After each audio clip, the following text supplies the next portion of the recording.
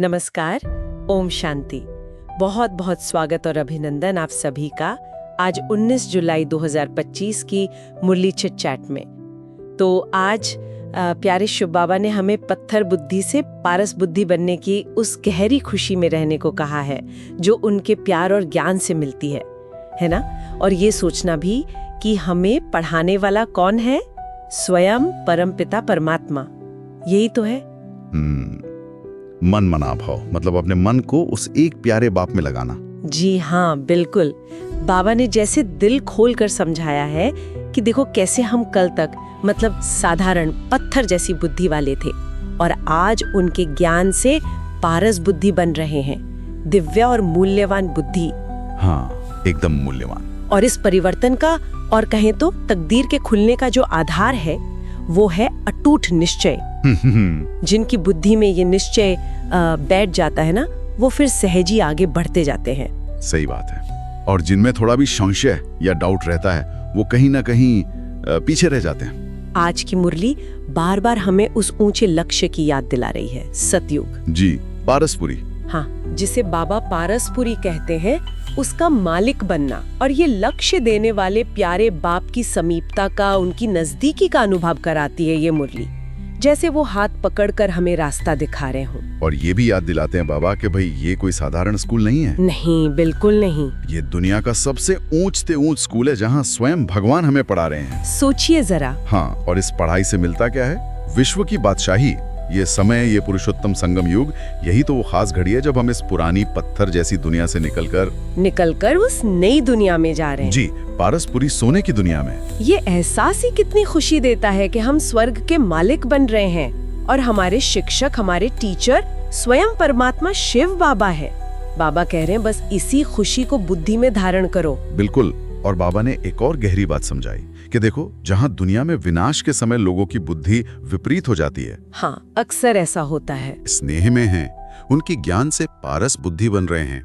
जिनका निश्चय पक्का है वो अपनी बुद्धि की तार समझो सीधे शिव बाबा से जोड़कर सतो प्रधान बन जाते हैं, एकदम पावन। और तरीका भी कितना सरल बताया बाबा ने। जी, बहुत सिंपल। बस अपनी बुद्धि को, अपने विचारों को स्नेह से शिव बाबा की तरफ दौड़ाना है, उनसे प्रीत लगानी है, जैसे बाबा हमें ज्ञान का एक शक्तिशाली इंजेक्शन लगा रहे हो। हाँ, जिसका रूहानी नशा चढ़ना चाहिए, एक दिव्य खुशी।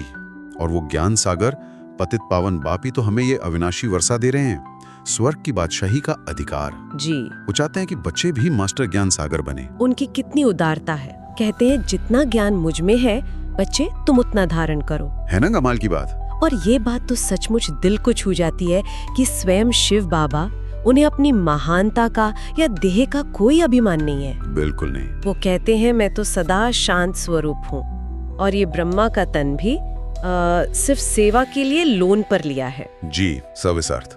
संदेश बहुत स्पष्ट है बच्चों, अब वापस घर चलना है। हाँ, पहले शांति धाम, अपना असली घर, और फिर अपनी राजधानी सतयुग में। और रास्ता वही प्यारा महामंत्र, मन मना भव।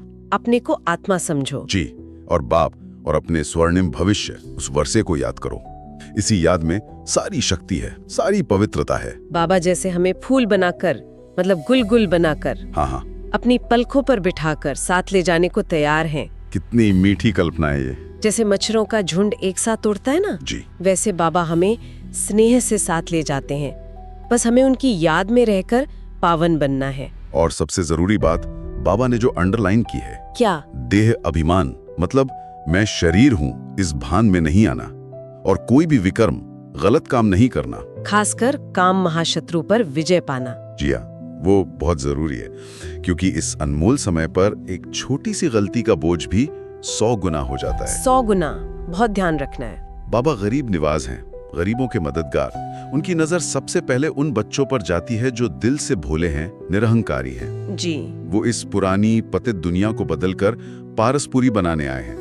और बाबा ने यह भी स्पष्ट किया कि वो इस रथ यानी ब्रह्मा के शरीर पर सदा विराजमान नहीं रहते। अच्छा, बस बच्चों को पढ़ाने आते हैं। जैसे आत्मा 1 सेकंड में कहीं भी जा सकती है, 100 गुना, वैसे बाबा भी रॉकेट मिसाइल आते जाते हैं, सिर्फ हमारे कल्याण के लिए। भक्तों की पुकार भी सुनते हैं, उन्हें साक्षात्कार भी कराते हैं, जगत अम्बा के रूप द्वारा विश्व की बादशाही की भीख भी देते हैं।